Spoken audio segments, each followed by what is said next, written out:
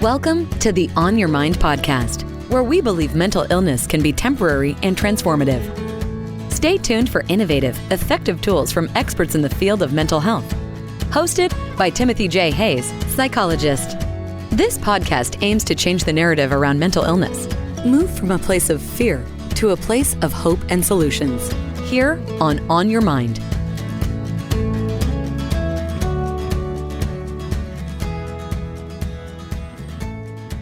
Pat Ogden, Ph.D., is a pioneer in somatic psychology, the founder and education director of the Sensorimotor Psychotherapy Institute, an internationally recognized school specializing in somatic cognitive approaches for the treatment of post-traumatic stress and attachment disturbances.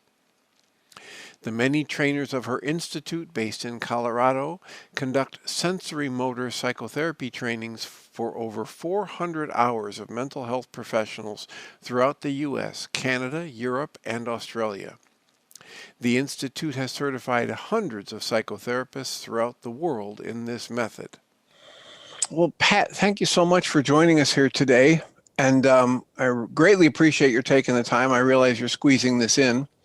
Can you start by telling us a little bit about what got you started in the work you're doing and what drives your passion for this work with traumas? Well, the work that I do is based in the body. It's called sensorimotor psychotherapy. So we really look at how the body participates in the legacy of trauma and attachment wounds and systemic oppression and so forth. And I got interested probably as a child because my body was my resource. Like I was really active, and if I was stressed, I would go into my body and go running, go to the woods, go to the lake. So I think that was the beginning. I developed a strong confidence in my own body. In the early 1970s, I was working at a psychiatric hospital and I was teaching yoga and dance. And what I found was that the patients who did both those classes seemed to get better. And that really piqued my curiosity about the role of the body in mental health and in healing trauma, because many of those patients were traumatized. It just started rolling from there. I met Ron Kurtz, who is the first person I had ever encountered who felt that the body could be an avenue to implicit memories, implicit beliefs, childhood issues that maybe we'd even forgotten. So that was a big influence. And I moved to Colorado with Ron, started studying all kinds of movement work and body work, and really kind of went out on a limb in a lot of ways in what I was doing, because I was very interested in helping people shift how they live in the body. And in the late 70s, I was an adjunct therapist for the clinic here at the University of Boulder. And the clients that were referred to me were clients who had all been traumatized. I didn't know that at the time because nobody was talking about trauma. They'd all been sexually abused, and they were sent to me because these women couldn't experience sexual pleasure. And everything that I had been taught didn't work with these women. They got more dysregulated. Sometimes they'd come back the next week feeling worse. And I was baffled because I was doing everything I thought the right way. And I started thinking, well, I'm just going to try to keep them connected to their bodies. We're not going to go into strong emotions. We're not going to revisit the memories. We're just going to stay connected to the body. And they started getting better. At least they stopped getting worse. So that was a really big learning for me. It was long before people even started talking about trauma. So then I started my own school, started teaching, and So you just kind of learned as you went, huh? I did learn as I went. And I studied a lot of alternative methodology. The Rolf method of structural integration, which works with alignment and posture in the body, but it's a hands-on body work. And I studied all kinds of movement disciplines. So I really had kind of an alternative approach. And then I met Bessel van der Kolk in the mid-90s. And he's a premier trauma therapist, wrote an incredible book called The Body Keeps the Score. And he started introducing me to more traditional approaches and kind of integrating my work into that world. So since then, since the mid-90s, I've been working a lot with neuroscientists and attachment experts and people in the field of dissociation, learning how those fields really interface with my work with the body.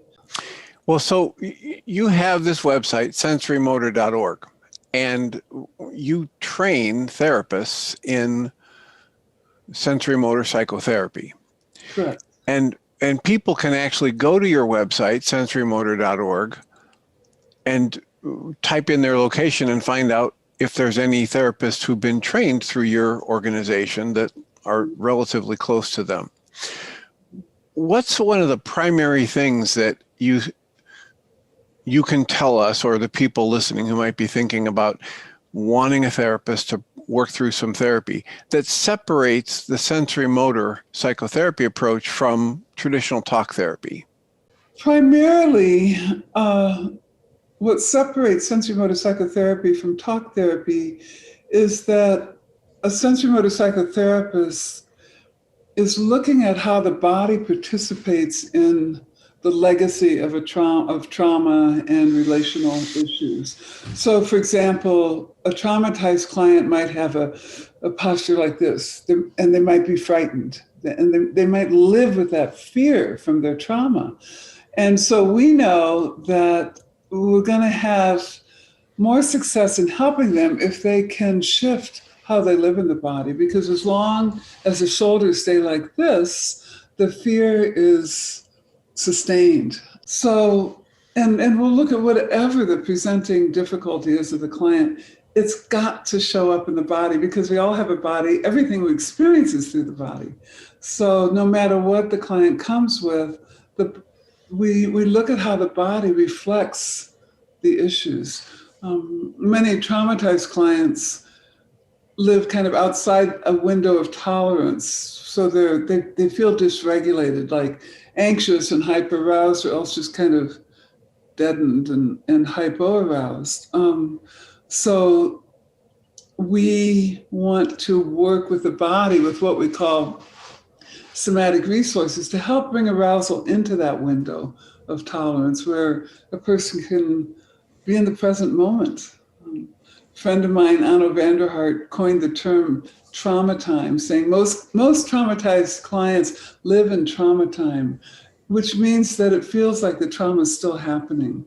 It's still impacting our day-to-day experience. And that's really disconcerting for a survivor. Well, and as you mentioned a little bit earlier, you started this kind of work at a time when people weren't even really talking about trauma. And the more I've been exploring with different people and interviewing different professionals who do integrative or functional or holistic psychiatry or therapy or medical work, the more I'm hearing them say that they're waking up to the realization that many of the symptom patterns they're seeing are directly related to trauma, childhood trauma and others. And so that's being talked about now far more fluidly and consistently than it was back in the 70s and 80s. How has that changed what you do with people or training therapists? The idea that now it's getting to be more accepted. It hasn't changed how we train therapists at Sensorimotor Psychotherapy Institute, but it has validated what we do. So the body is becoming more and more mainstream. Working with the body to heal from the effects of trauma is becoming more and more mainstream. So we have a lot more visibility, a lot more therapists coming to study with us. But you know what you say about functional medicine and holistic approaches looking at the effects of trauma, what I want to say about that is two very obvious ways to look at that is that when a trauma happens, our arousal will shoot up really high to mobilize us to defend ourselves or to get away or to get help. And if that doesn't work, our arousal will just plummet to this deadened, shut down state. And for trauma survivor, those states of arousal are outside of that window of tolerance, and that compromises our immune system over time. So trauma survivors have a, sequelae of physical issues that emerge from unresolved trauma. Another way to think of it is many childhood abuse survivors went into more of a collapsed, shut down state. So the body's often collapsed and pulled in. And that becomes a habit, a habitual way of living in the body. And a posture like this is not good for our bodies. There's not room for the organs. We can't take a deep breath. It constricts the heart. So how we inhabit our body is not only related to psychological health, but our physical health. Yeah, so on connection.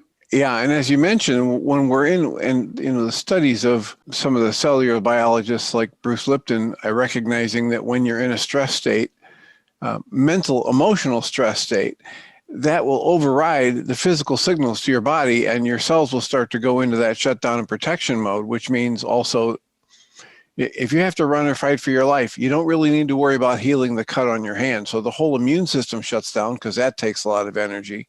And if we live, as so many of us do, in that accelerated high stress or near fight or flight level, we're living in a suppressed immune system state, which leaves us so vulnerable, as you said, to this whole series of problems. Go ahead. Well, if I could say something about that, that's even more critical for people for whom the trauma is not over.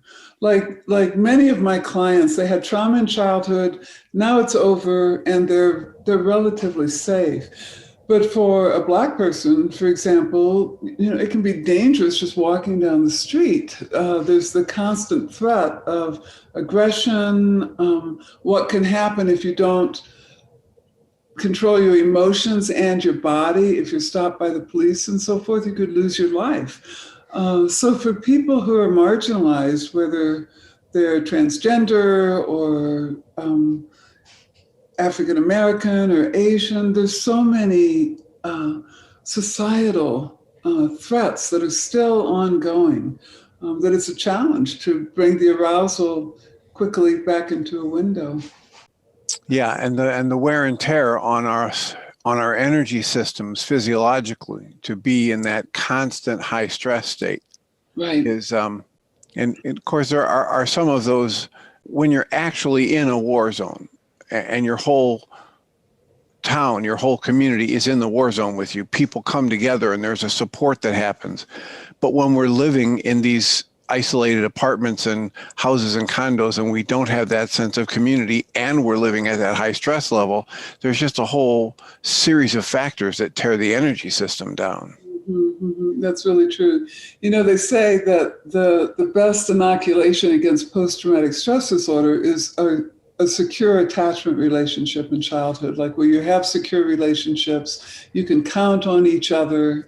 And then when you're an adult, if you do have trauma, you're much less likely to get PTSD if you have that foundation. Wouldn't it be great if we could give that to more people? I know. Well, so, there are so many ways that I would want to take a conversation with you because you've been at this for so long and there's so many different aspects of trauma work. One of the things I like to do with these discussions is help people who might either have a family member who needs a therapy or support for a trauma or a mental health challenge, or the actual individual who might be looking for a therapist. And so aside from looking at going to Sensorimotor psychotherapy.org and looking for a provider, what kinds of things would you tell a patient, a person who's looking for a therapist to help with trauma, that he or she should be looking for in the therapist? That's an interesting question. I mean, I think first and foremost, you've got to trust your gut. If it's a good connection with the person, if you feel safe and confident in them, then half the journey is won already. You know, half the battle's won. I mean, I'm biased towards work with the body because trauma first and foremost affects the body.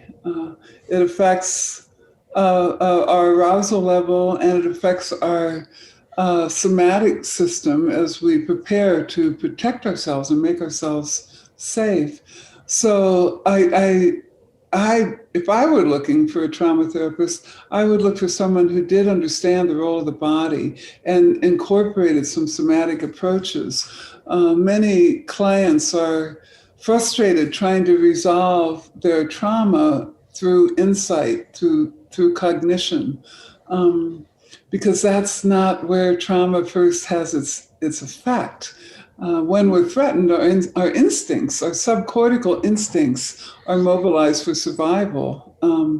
For example, if you're taking a fall down the steps, you instinctively will grab for the railing before the signal that you're in danger gets to your thinking brain. And it's important to understand that with trauma, because it's hard to resolve it cognitively, and it's also hard to resolve it by expressing emotions related to it. One of my teachers who died the year I was born, so I never met him, is Pierre Genet, and he talks about what he calls vehement emotions, that the emotions connected with trauma can't be resolved by expressing them. Because those emotions are designed to fuel our protective mechanisms. So you think of rage, exactly, right? Like so many, veterans that I've worked with have this uncontrollable rage that's associated with a fight response, and they've tried everything, and they can't often can't modulate it because it has to do with the subcortical impulses. Yeah. So I think I would look for somebody who had an understanding of the body's role in trauma, because I think there's the likelihood that you'd have more success working at the level where trauma first impacts.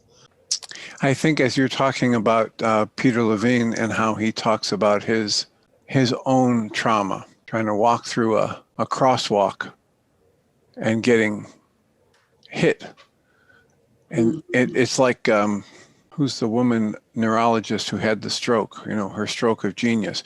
When you have somebody who's trained in that body of work and then they go through that problem themselves. So the analysis that Peter Levine talks about, being aware of all his physical responses and the self-protective motions, and then the energies vibrating in his body, and being able to understand that he doesn't want to fight them off and he doesn't want to restrict them, and being able to stay aware of those energies, being able to work with somebody who won't try to get you to either shut down your emotions or spend a whole lot of time in your emotions if you're having a physical response.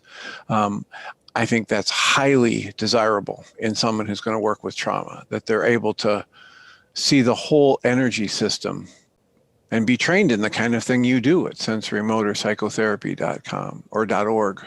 Mm-hmm. Is there a story or two that you could share about someone who's really shifted with the sensorimotor approach to psychotherapy? Oh, there's so many stories. Any particular kind of client that you're interested in? I could talk about a veteran or an abuse survivor, or I'll tell you a couple stories, right. Unless you have a suggestion. We've done both of those recently, so either way you want to go. Okay. Well, one rather dramatic shift that I'm thinking of was a client, I'll call her Tessa.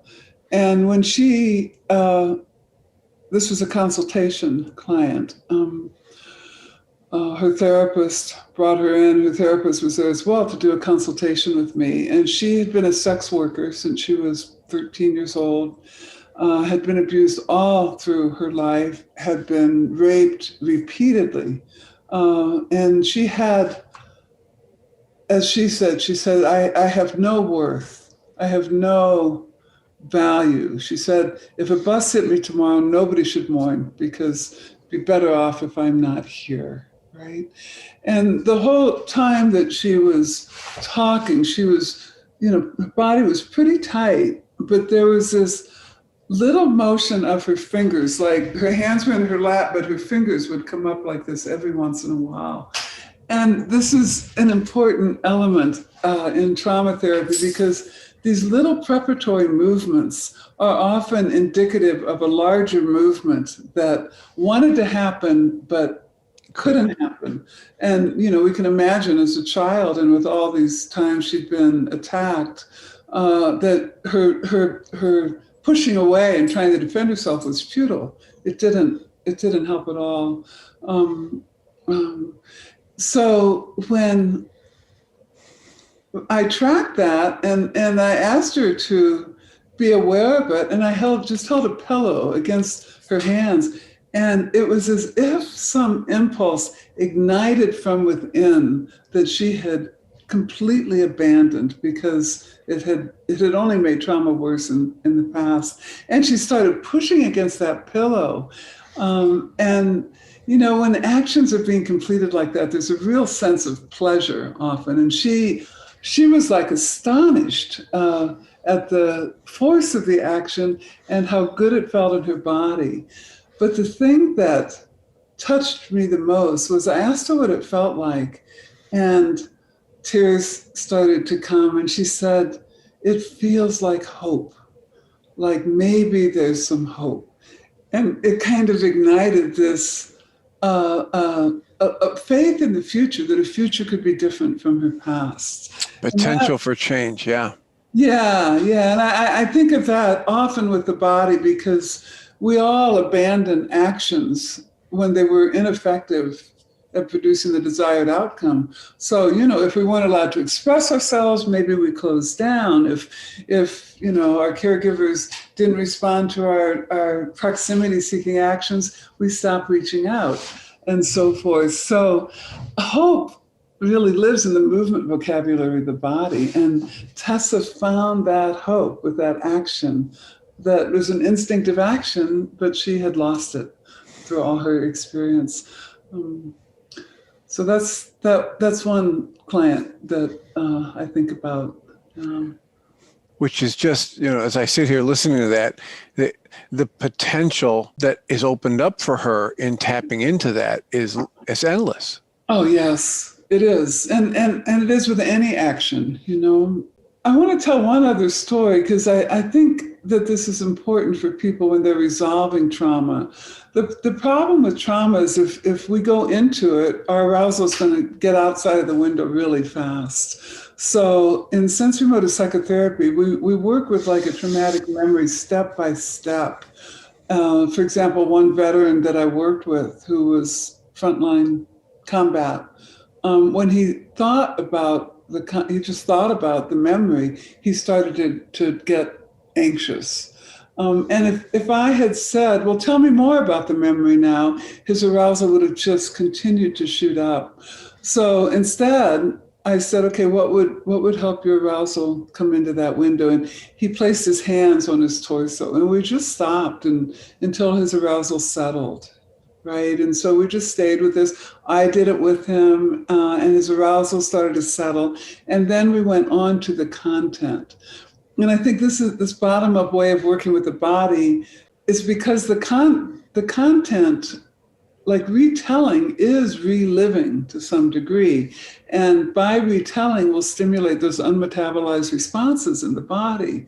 So with this client, the first one was the arousal, and his hands and our paws calmed it down.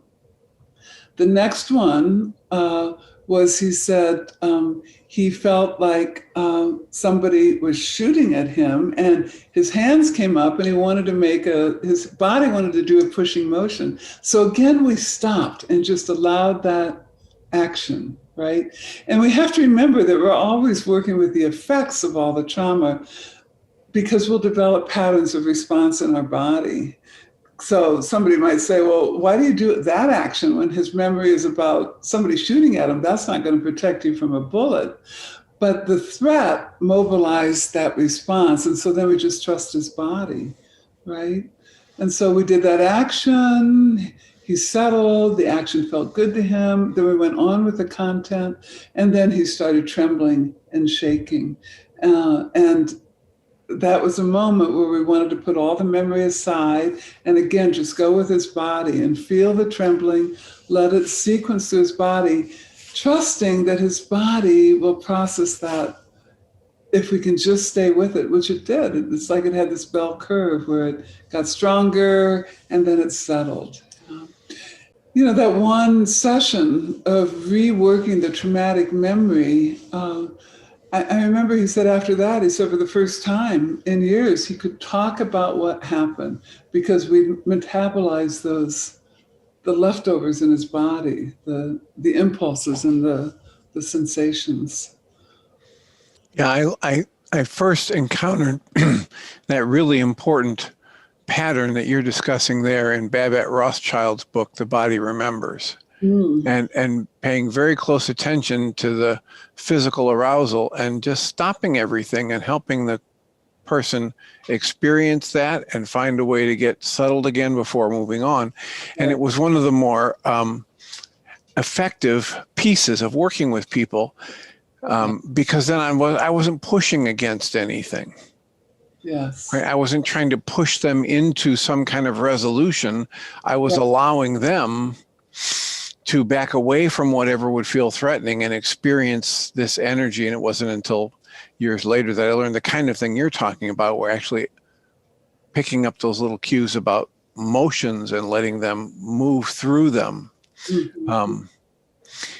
And of course, that's so often when we do that with people, it helps them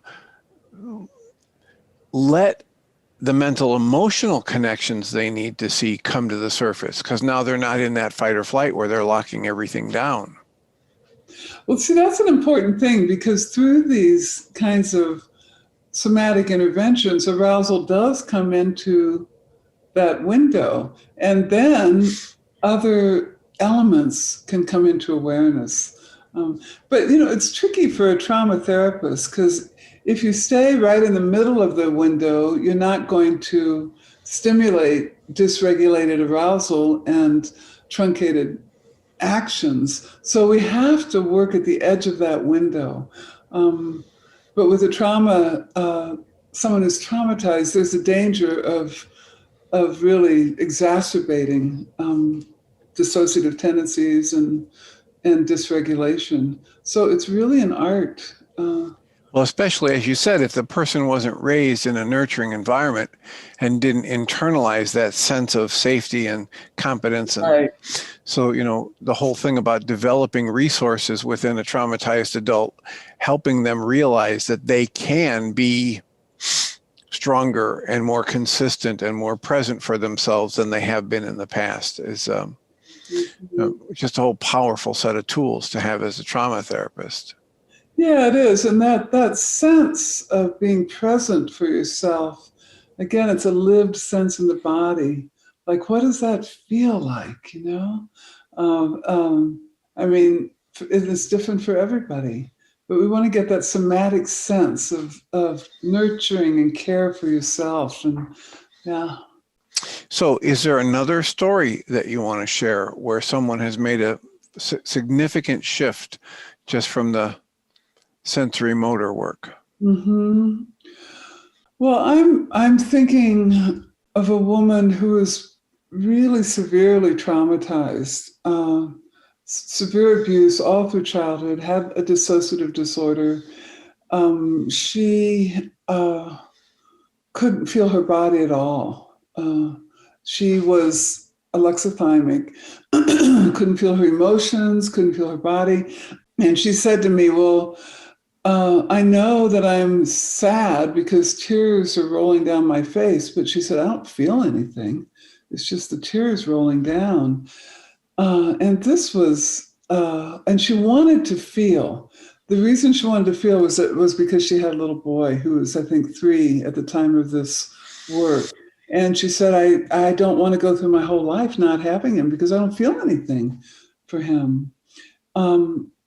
And she would do this exercise where she would touch her son's finger, and she would say, okay, there's all this love in my heart coming through my arm down into my finger, and then it's going into your finger and going all the way up into your heart.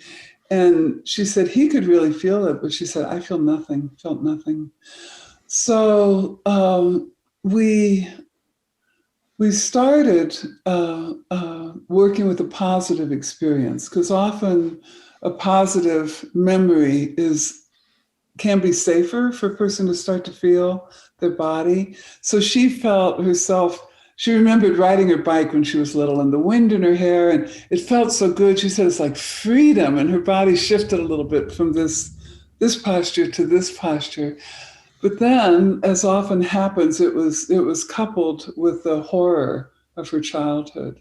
And one of the worst, most painful things for her was that the only beings that she was attached to were the animals on the farm. Everyone in her family abused her. She was the only girl. Brothers, father, mother, they all abused her. And she was remembering losing all her friends. One by one, they were slaughtered.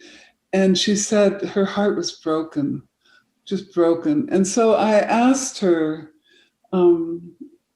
if she could bring her hands to her heart, and just because she protected her heart with all this tension, if she could protect it that way. And she did it. And for a moment, it felt warm and safe, but only for a moment. And then she took her hands away and she said, my brain's shutting down. I'm going to in a shutdown mode. And she was right on the brink of hyperarousal, about to shut down. And it's so interesting because when we're working with somebody who's severely traumatized, there are kind of different parts of the self that hold the trauma. And another part of her is coming up that was terrified of any kindness towards herself. So we practiced movements. I remember she made a movement to keep the memories away because she was getting really overwhelmed. But we kept coming back to this motion, and gradually she could stay a little longer and a little longer and a little longer. So we're working here with complex trauma where there's abuse, but there's also severe relational failure, attachment failure, right? And in our work, she was learning to also bring some compassion towards herself, as well as with some of the other interventions of sequencing the hyperarousal, making actions that felt safe. And I remember after our work, she said, for the first time, it feels like I really did something. She said, all the other therapy was just talking, but this time I did something. But body therapy, like all therapy, it's not without risk. And for her, the work we did broke through her alexithymia. And she started to have pretty strong emotions coming up, and which, can be a little dysregulating in and of themselves. But she said, I can see the light at the end of the tunnel, and she could begin to process those emotions.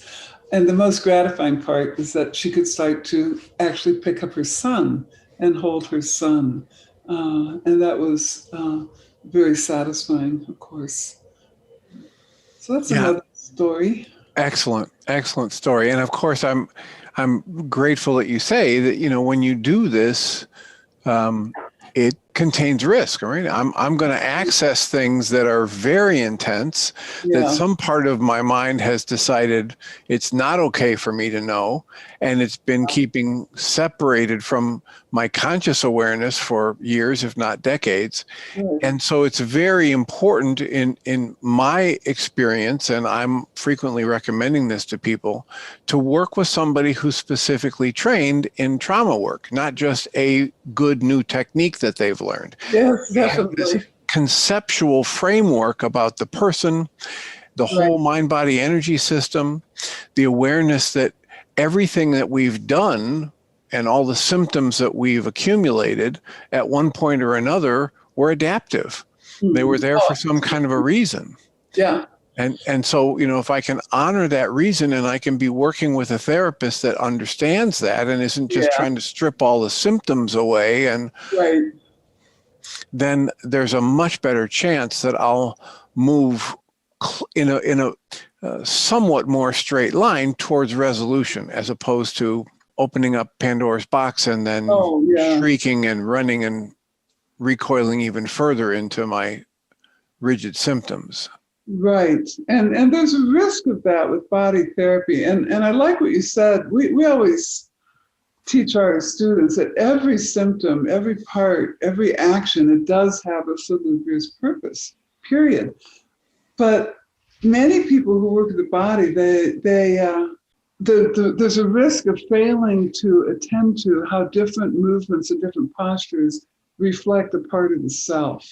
For example, I could give so many examples. For example, we often work with proximity-seeking actions, just simple reaching out.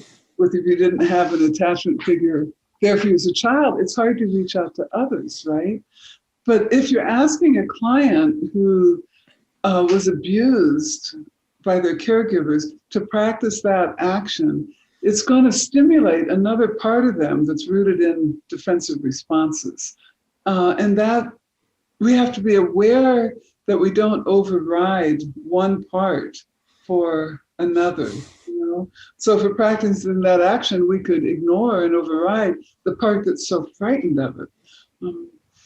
And even with posture, like I was working once with a woman who was suicidal and her posture was so collapsed, and that just enforced her despondency, right? So the impulse was to help her find her alignment and feel better. But what does that do? That pushes this part that wants to kill herself underground, and then it can come up even more strongly. So we worked with sensing the part that was so despondent and slowly coming up only to the point where she still felt connected to that part, not to the point where that part was overridden. And I think this is so critical in working with the body, to pay attention so that our somatic work doesn't override a part of the self, especially when clients are at risk or dissociative. Yeah, exactly. And there are so many good, solid, I'll say, therapy models, internal family systems and coherence therapy and a variety of others, too many to mention, that acknowledge the implicit emotional knowing and corrective or protective measure that underlies all of this symptomatology. And if we can honor that and help the person understand it, then we get an integration, we get better feedback for the whole system, and we get an adult who is more capable in the moment to do what's best for that adult. It's so interesting because the buzzword for trauma, like you're saying, is integration. To really be able to integrate the past, integrate the parts of the self, integrate the emotions and the actions and all. Because I'm trained as a rolfer, I really look at somatic integration as well, like helping the body find its alignment with gravity and its integrative movements, which really opens up possibilities for people. So for me, the integration of mind and dissociative parts goes hand in hand with also the integration of the body, and the access to a wide movement vocabulary. And the access to the information that those physical tensions and postures and emotions carry. It's really valuable information. Mm-hmm. Yeah, Ron Kurtz used to say that if we help enough of the right kind of information come from the inside of the client to consciousness, then the system will automatically reorganize towards health. And I think that's true. When I learned to be a therapist in the 70s in the prison where I was a counselor and the psychiatric unit and even social work school, I was expected to have the answers for people. And it was a huge relief to learn that people have their answers inside and they have that capacity to heal inside themselves. So all we have to do is help them become aware of it. And it sounds like it's simple, but it isn't. It takes a lot of observational skills and training and everything else to really help people find that wisdom. Yeah. Well, but as you say, the first step is to recognize that it's not me who has to come up with that answer. It's the person who has it within them. Right. And if I can, that's a huge burden lifted off of me as the therapist to begin with. Yeah. As long as I can get my ego out of the way, and then the tools and the willingness to help that person explore themselves and their history and their internal implicit emotional knowings. That's truly the key for success in my experience. Mm-hmm.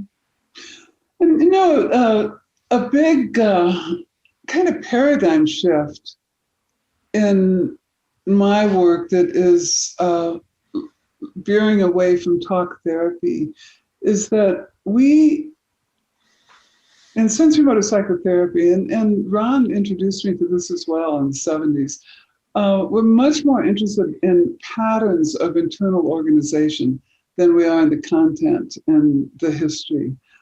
What we want to work with is how the person organizes their experience inside right this moment through their body sensation, their movement, the images that come up, the emotions, and the thoughts.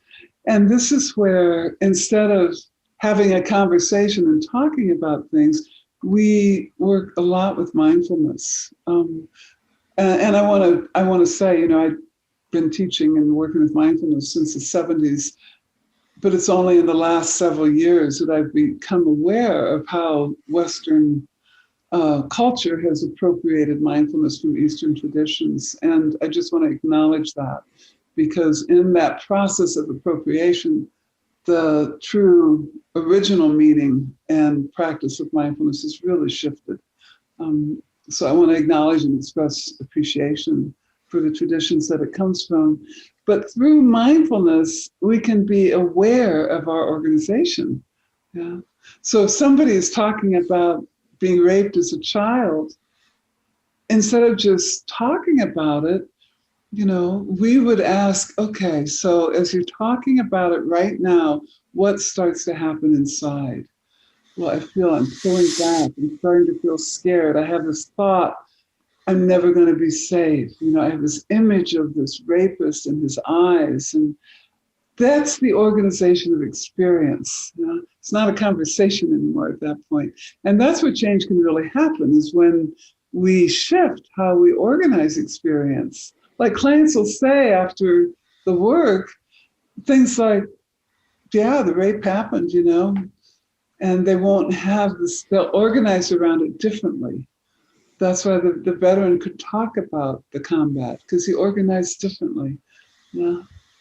Yeah, great stuff. The whole idea that I don't get to change my past, but I can absolutely change what I've made it mean about me and my life. I can reorganize it so that it has a whole different meaning. Yeah, you can reorganize your internal response. That's right. Absolutely.